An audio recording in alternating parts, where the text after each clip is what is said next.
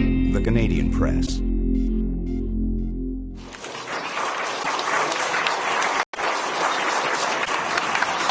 Because I'm a child of Holocaust survivors, because I'm an immigrant, because I lived under an oppressive totalitarian regime, this monument, this sculpture, means a lot to me because it tells a story of a tragedy, a dark period in Canadian history, where anti-Semitism and anti-immigration policies led to the murder of hundreds of people and the suffering of hundreds of others.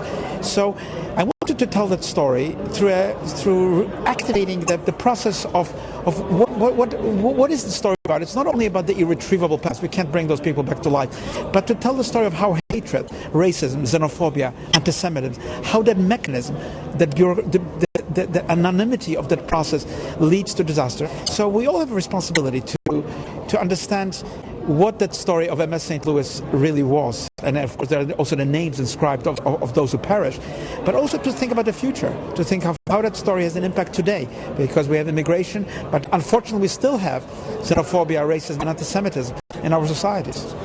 This is an effort to learn from mistakes of the past and wrongs from the past, and to reassert our current values of tolerance, inclusivity, and understanding. It's not an abstract piece. You're in front of a machine. It's not a virtual reality. It's a real set of gears, just like the gears that were driving the ship.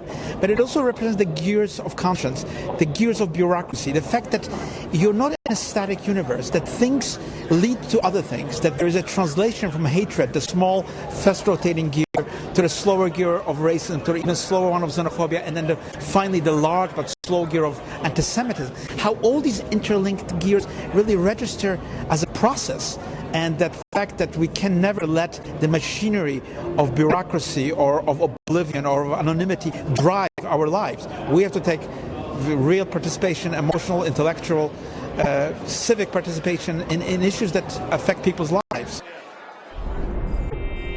The Canadian Press.